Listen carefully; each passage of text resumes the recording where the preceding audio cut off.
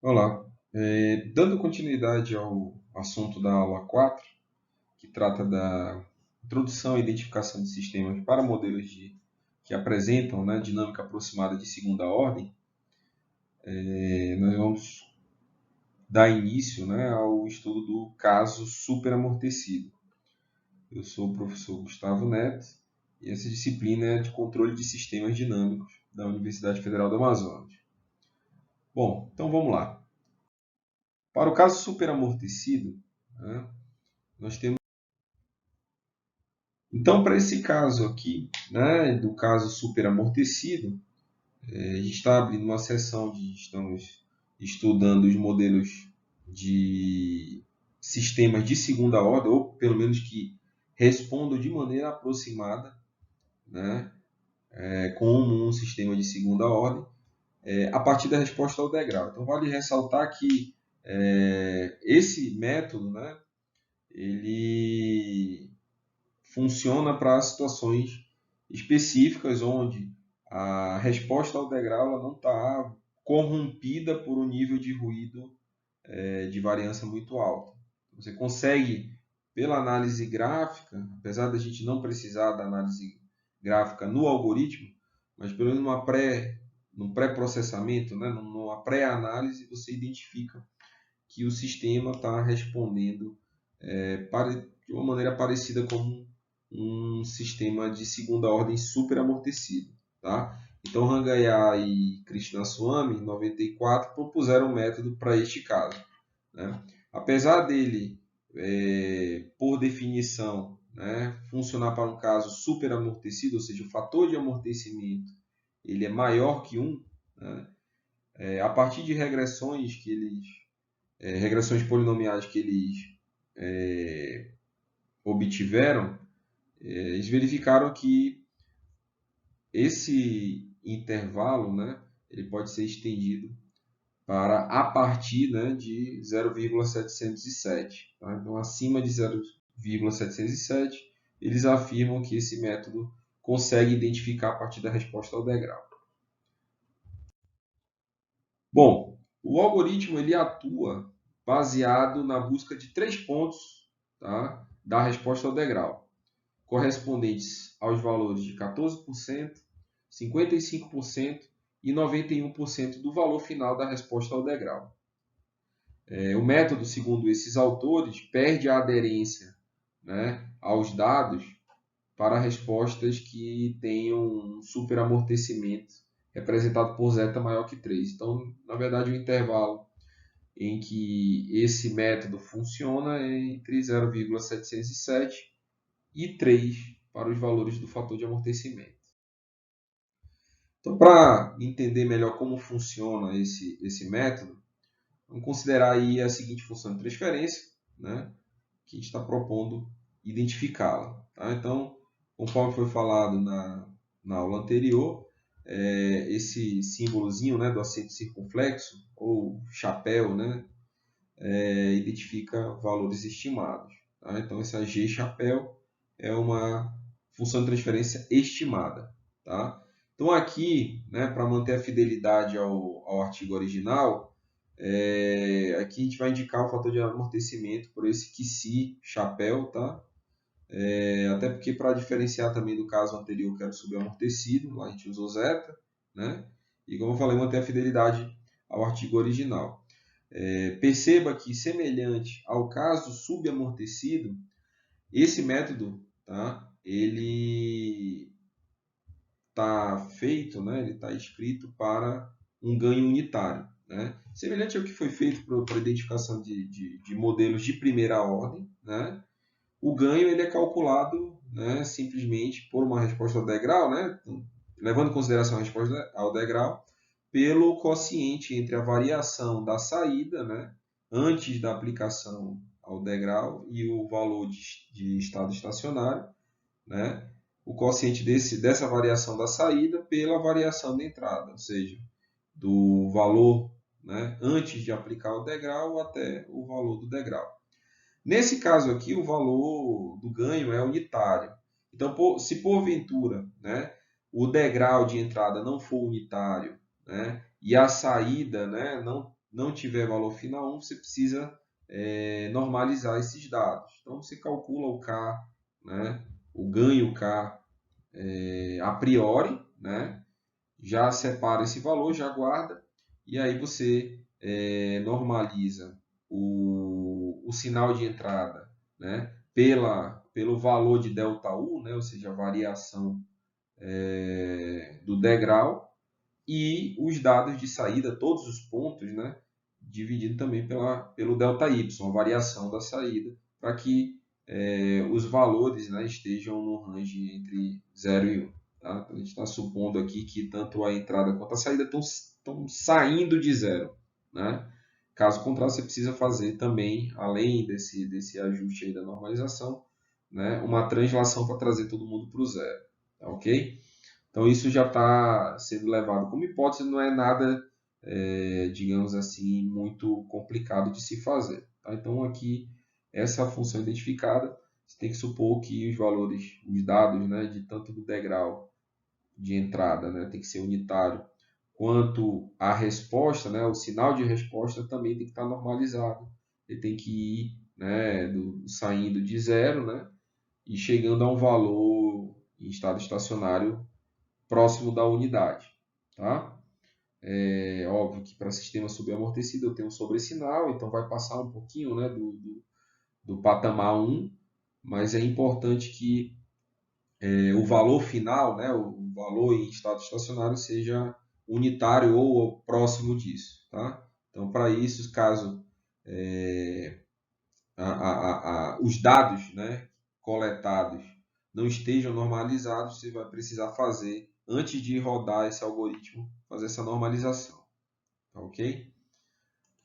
Bom, então, a primeira coisa que no caso deve ser feita, né, a partir desse ajuste no ganho, se necessário, é encontrar, né, nos dados, né, da resposta ao degrau os seguintes tempos. Né? Eu vou indicar aqui como T1, que é o tempo correspondente ao ponto que marca 14% da variação da resposta devido ao degrau de entrada. Tá?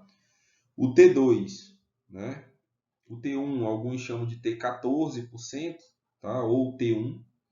O T2 ou T55 é o tempo correspondente ao ponto que marca 55% dessa referida variação. Né? A resposta, estou supondo aqui que ela vai de 0 até o valor unitário, né? Está normalizado. Então, 55% seria aqui o 0,55. Né? E o T3, o tempo correspondente ao ponto que marca 91% da referida variação. Tá? Bom, vale ressaltar que, como isso aqui está em porcentagem, tá? Para aquele, vamos dizer assim, aluno mais habilidoso, ainda assim é possível, né, aplicar esse método, né, sem se preocupar em normalizar os dados de saída entre 0 e 1. Tá?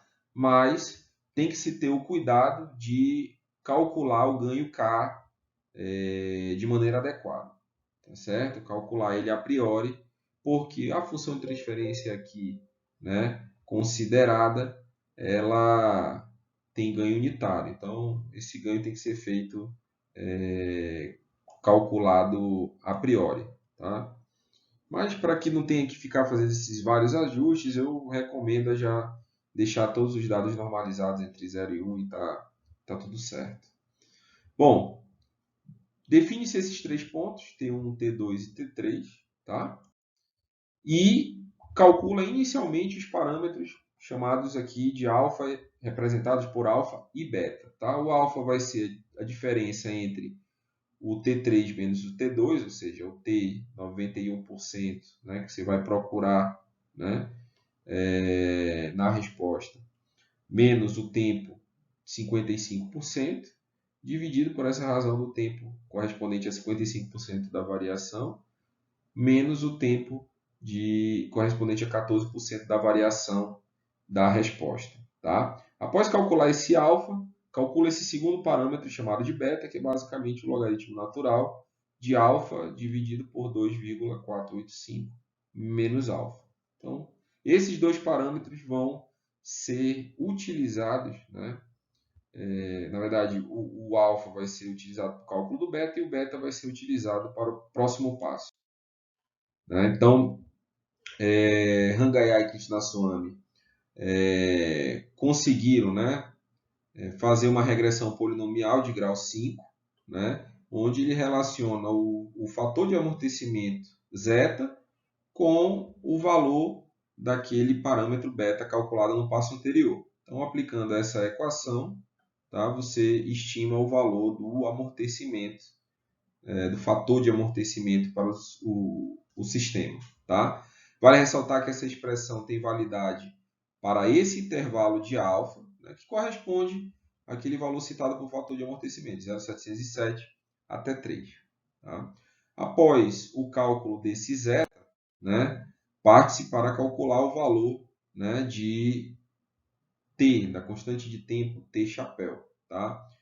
A partir dessa seguinte expressão aqui indicada pela equação 11. Tá certo?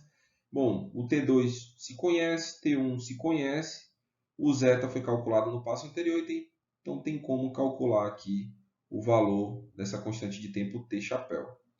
Após calcular, a gente vai para a equação 12, né, e calcula finalmente o valor do atraso de tempo θ chapéu. Tá? Então, essa função de transferência da resposta de segunda ordem, considerando o ganho unitário, que seria o quarto parâmetro, né, são 3 parâmetros a serem calculados. Tá?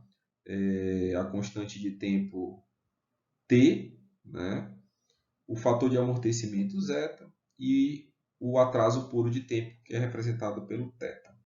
Ok?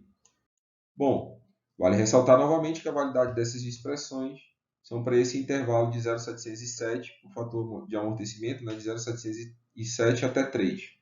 Tá? Ou seja, esse algoritmo também vale para identificar plantas, né, com um fator acima de 0,707 até 1, e também vale para sistemas criticamente amortecidos, que é quando o fator de amortecimento é unitário. Ok?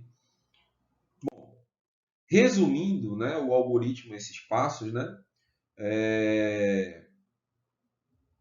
tem que ser feito o seguinte. Primeiro, calcular o ganho, né, a partir da variação dos sinais de entrada, degrau, né, e saída correspondente. Tá? Esse passo 2 aqui ele é opcional, tá? Você pode não fazer essa normalização, tá? Mas é importante que as respostas, tá? Tanto a resposta ao degrau quanto o sinal de entrada do degrau, melhor dizendo, o ideal é que eles saiam do valor zero, ou seja, o degrau seja dado no tempo zero e ele sai de zero até o determinado patamar, tá? E os dados de saída, a mesma coisa. Então, se, por exemplo, ele sai de 10 até 20, né, você subtrai todo mundo por 10 para ele sair do zero, tá? Pelo menos isso, tá? Eu recomendo a normalização, né, para ficar ok, para não dar tanto trabalho. Mas ainda assim, se você não normalizar, é possível de aplicar o método tendo em vista que esses valores dos tempos T1, T2 e T3, nesse passo 3, são calculados a partir de porcentagens. Então, você vai calcular 14% da variação. Então, como é porcentagem, não necessariamente é mandatório fazer essa normalização. A translação, sim, né, para o zero, para que todo mundo saia, os sinais saiam do zero, tanto o degrau de entrada quanto a resposta, né, que foi medida, a resposta ao degrau, tá certo? Mas a normalização ela é opcional. Eu recomendo fazer a normalização, dividir pelo ΔY, o sinal de saída, e dividir pelo ΔU, o sinal de entrada, caso o degrau não seja unitário, caso o sinal de saída não esteja saindo do zero e chegando no valor de estado estacionário 1, tá? Mas, reiterando, esse passo da normalização é opcional, tá? Que é o que está sendo indicado aqui no passo 2, tá certo? Agora, a translação, caso eles não saiam do zero, na hora que você aplica o degrau, aí, nesse caso, precisa fazer uma translação para que eles todos partam do zero, tá?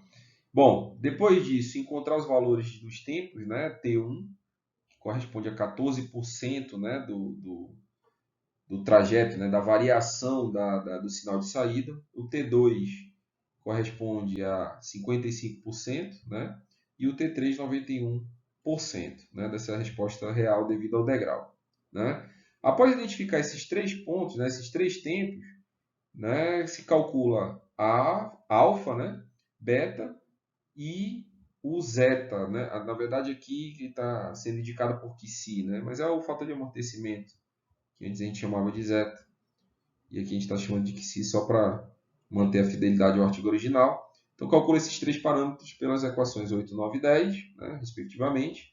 E com posse desse zeta, né, desse Qi aqui, no fator de amortecimento, finalmente se calcula o parâmetro T, né, T chapéu e θ chapéu pelas equações 11 e 12. Basicamente é isso, tá?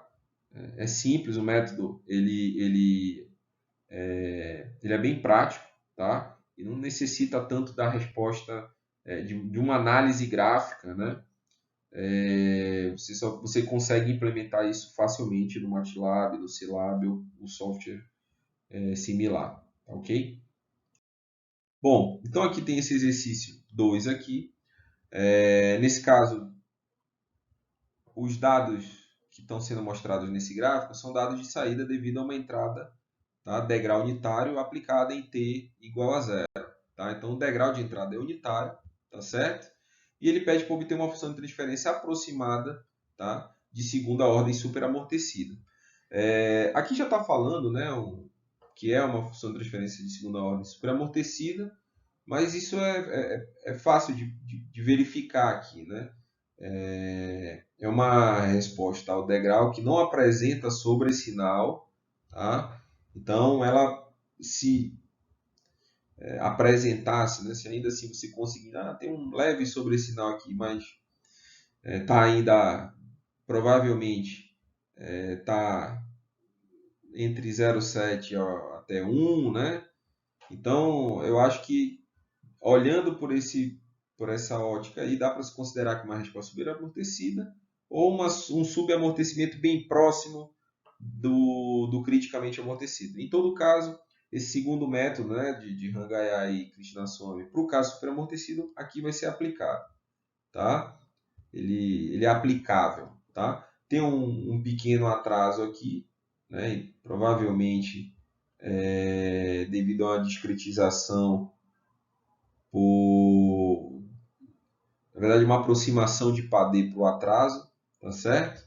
E você percebe que o sinal tem um certo nível de ruído.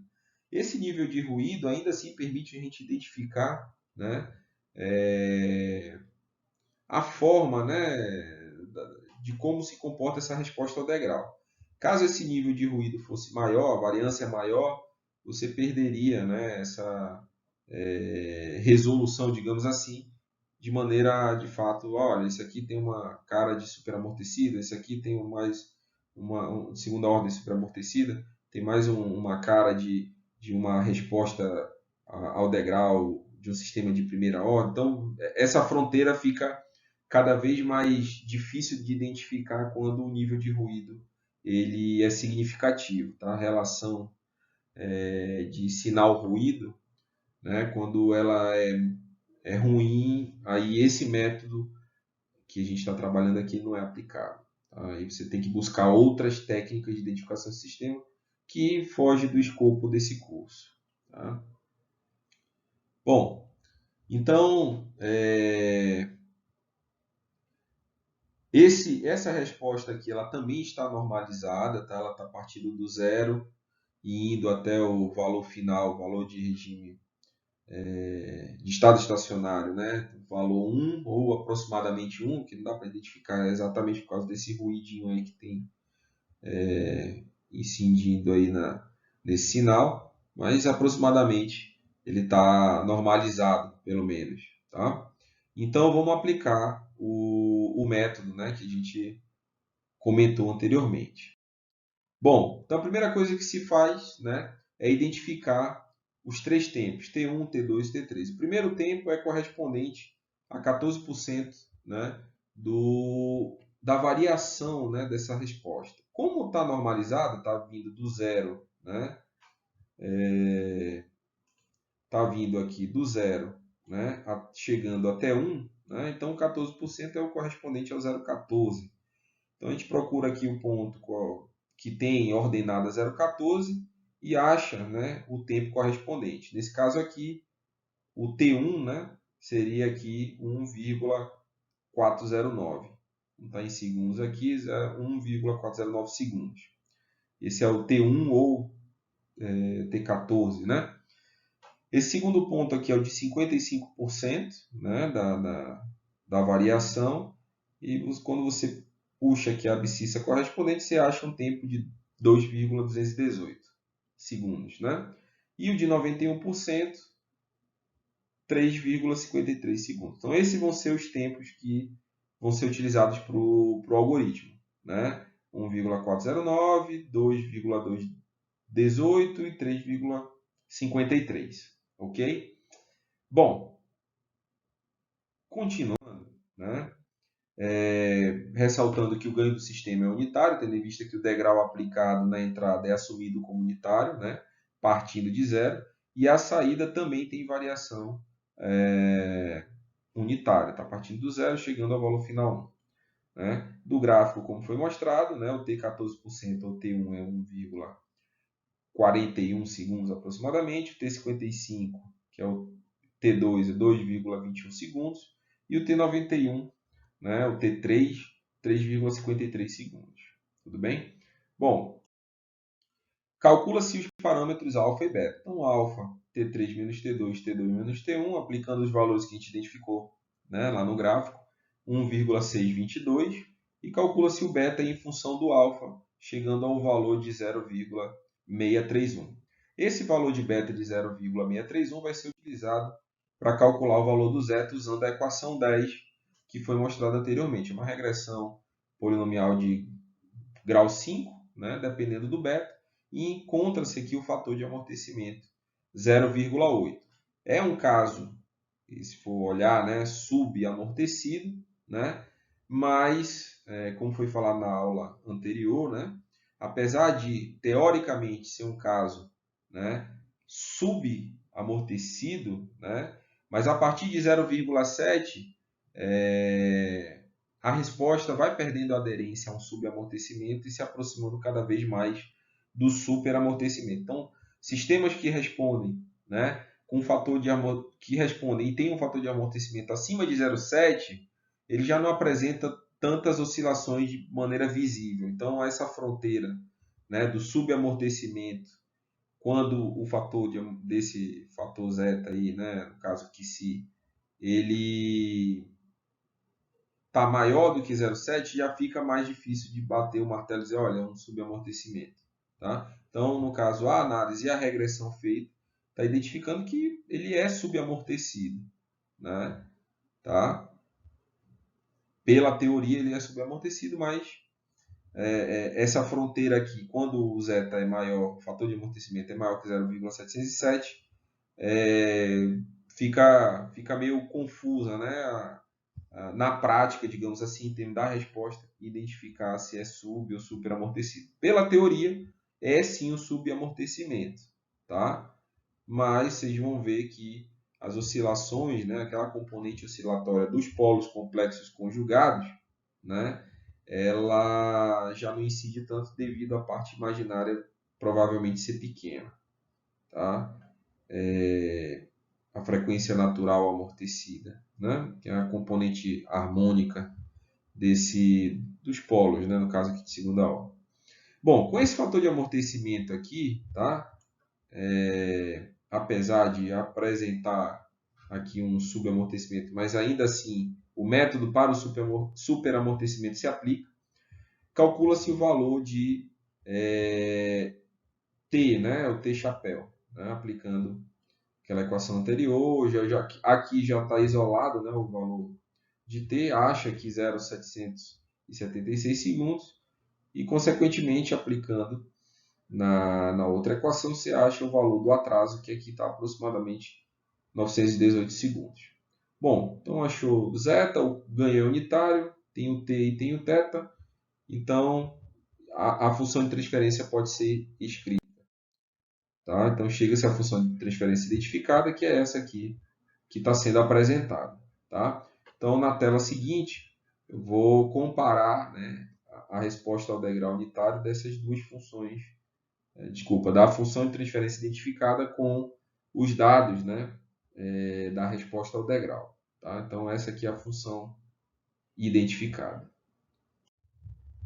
Bom, então aqui em azul são os dados medidos, né, que foram utilizados para a identificação, né, do sistema, e em vermelho é apresentada a resposta ao degrau da função identificada.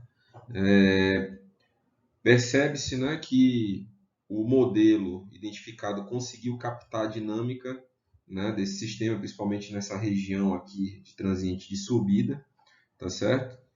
E o valor recuperado aqui no estado estacionário. Tá?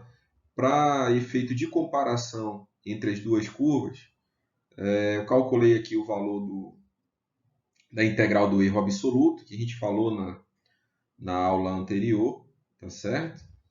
E deu um valor aqui de 0,11. Então, ok? Bom, então, basicamente era isso. Agradeço aí a atenção de todos e até a próxima.